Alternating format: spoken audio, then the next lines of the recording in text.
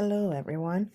Welcome to another episode of Summer Reading and Math Enrichment, brought to you by Bridge the Gap. Today, we are going to be diving into a reading, ELA, and this is going to focus on 5th and 6th graders. Okay, here it says Bridge the Gap reads. But before we read, we're going to do some activities, starting with the word work. So the word of the day is reluctant. Okay, reluctant. What does reluctant mean? Not sure or not wanting to do something right away. When you're reluctant, you're not really sure if you want to do something. You're almost like doubting yourself, right? Should I or should I not? Um, I have a picture of a boy that's reluctant to jump into the pool. And the sentence I have says Jake was reluctant to jump into the cold pool, even though his friends were already swimming. Um, uh, and as you can see the picture, yes, Jake is reluctant to jump into the pool. I want you to think of something you are reluctant to do. Think about it. And you can go ahead and share it in a comment or write it in your notebook. And then make a sentence with the word reluctant. Okay, moving on to our word work for today. We are focusing on synonyms. And what is a synonym? A synonym is a word that means the same or almost the same thing as another word. And on the top box, we have a series of words, and we're going to talk about their synonyms, right? So the first word is veto. The next word is variable, then receptacle, quiver, blunder, rash, novice, outstanding, generally, and hazardous. So here are the definitions of what the words mean. Variable means changeable, when something changes, right? We usually think of the word variable when we're thinking of a science project. What are you changing? Receptacle is like a container, like to put something in a container, right? Receptacle. If you quiver, you are shaking, just like I have a little thing shaking in our image right here. A blunder is a mistake. Um, when you are careless, you are rash. A novice is a beginner. You're novice, you're new at something, you're learning to do something. Outstanding means important in some way. Generally means usually, like usually I do something, usually I do something. When something is hazardous, it is dangerous, right? And then we have veto on the right here where it says if you veto something, you say no to it. Okay, moving on. So here I have an activity for us to do with the words. So it says, read the vocabulary words. Find and circle 3 other words that means almost the same thing, right? So number 1 is quiver. I would do that one so that we kind of get an example. So in your notebook, you can write the word quiver. And then write the 3: tremble, stop, shake, or shiver. Which which 3 out of these 4 is a synonym for quiver? And I would have written quiver, and then next to quiver, I would have written tremble, shake, and shiver. Those are all synonyms for quiver. Okay, you go right ahead and you do 2 to 8 on your own. Okay, after that, we're going to have a little game. And one of our games for today is Would You Rather? Would you rather be a hero or a villain? And can you tell us why? Go ahead and you can also put that in the comments or write it in your notebook. Here's our second game. I want you to guess the book. Okay, I gave you 3 clues: a pig, a wolf, and a house.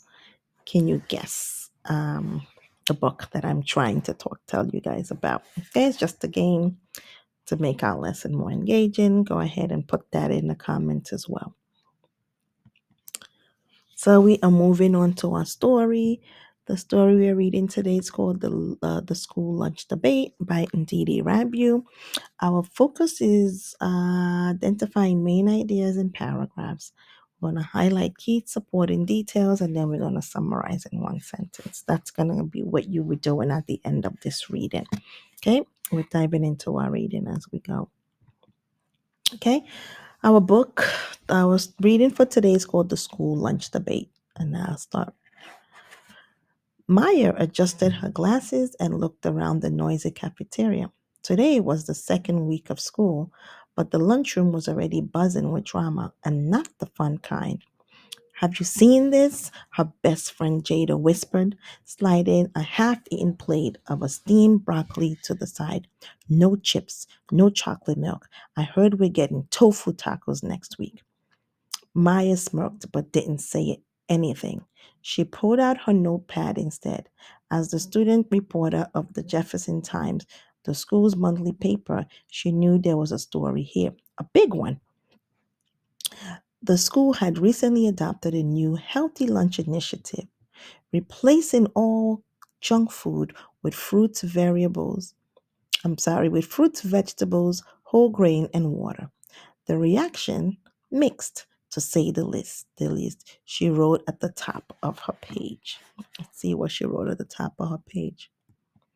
There he goes. Lunchroom revolution. Student sound off. Interview one. Jada against the change. So this is Jada was against the change, the initiative, against the initiative. I mean, come on, Jada said as Maya held up her phone to record. It's not like we were eating candy all day, but now we can't even have pizza Fridays? Maya nodded. What would you like instead? I'm not saying we should eat unhealthy all the time, but I can't. But why can't we have some choice? We're not babies. Supporting detail one, student feels the new policy takes away their freedom of choice. Okay, here's interview two, and it's just interviewing Jordan, who is in favor. Maya turned to Jordan, a student council member sitting nearby. I think it's a good change, he said. Lots of kids were skipping lunch or just eating chips and cookies. That's not real food. Jordan pointed to the tray of grilled chicken, brown rice, and a side of fruit. I actually feel more energetic in class. Supporting detail number two. Some students believe healthier lunch improve focus and energy. Interview three. Lunch staff mixed feelings.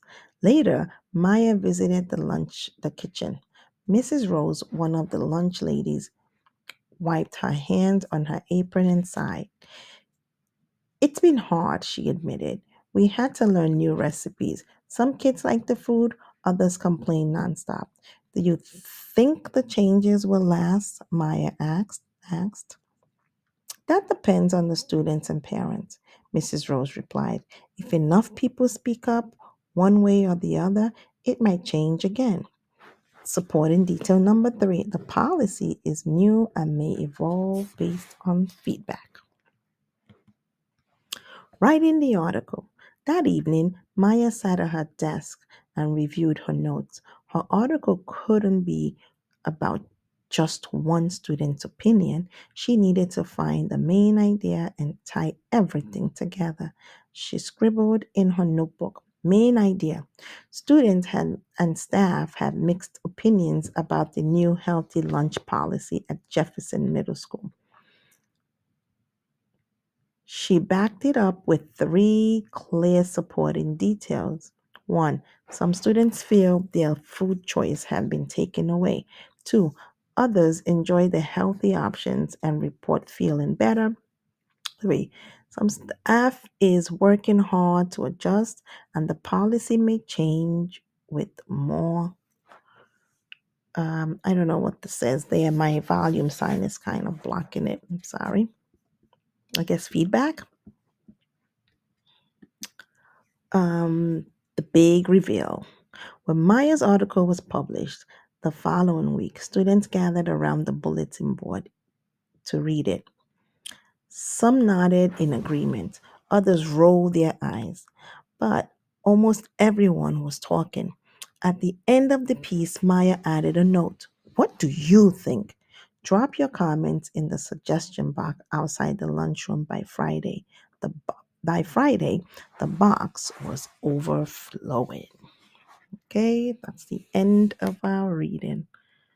What do you think about the story? Um, and whose side are you on? Are you in favor or against the lunch initiative? Let us know in the comments as well. All right, we're going to move on to do some activities with our reading. All right, and so our first activity is two truths and a lie. And in this activity, we have two things that are true that happen in the story and one that's a lie. And we need you to kind of tell us which one. So the first one is Maya is a student journalist who writes for the Jefferson Times. The blue one says the Healthy Lunch Initiative was started by Maya's mom, who worked at the school. And the orange says students had mixed reactions to the new lunch policy, with some liking it and the others upset about the changes. So, which two are the truth from the story and which one is a lie? Okay? In the comments. Feel free to write it in the comments. Okay? We have another one. Two truths and a lie. Which two are true and which is a lie? Jordan believes the new healthy lunch helps him feel more energetic in class. The blue says Maya included a suggestion box idea at the end of her article. And 3, Jada thinks the new lunch policy is a great improvement and wants more vegetables. So, which is a lie and which true or truth? Go ahead and share with us in the comment box. And if you don't, feel free to just write it in your notebook. Okay. And I have another would you rather.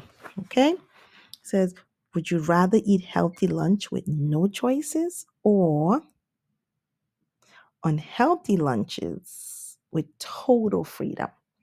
Okay. Write your choice down and tell us why you choose this. Okay. Okay, so we are moving on to our comprehension question, the school lunch debate. Remember, that's our story. I have 10 comprehension questions for us to kind of answer. You could feel free if you want to answer all 10, feel free to answer all 10. If you want to pick and choose, feel free to. But the one that I really want you to answer would be number 1, right? Everyone try and answer number 1 because our focus was main idea with supporting details. So it says, what is the main idea of the story, the school lunch debate? Okay. What are the 2 reasons Jada disagrees with the new lunch policy? That's number 2. Number 3, according to Jordan, how has the new lunch menu helped students? Number 4, what challenges has a lunch staff face with the healthy lunch initiatives?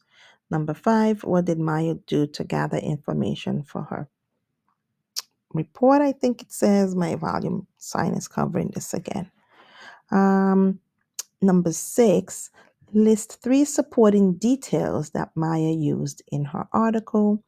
Number 7, what strategies did Maya use to engage students after publishing her article? Number 8, do you think Maya's article was fair and balanced? Why or why not? Number 9, write one sentence that summarizes the article. Number 10, if you were Maya, what questions would you ask the principal about the new lunch policy? And that's it. Okay. And pretty much thank you for reading with Bridge the Gap today. Please like, share, and subscribe. Okay. And see you next time. Hope you enjoyed today's reading. Bye.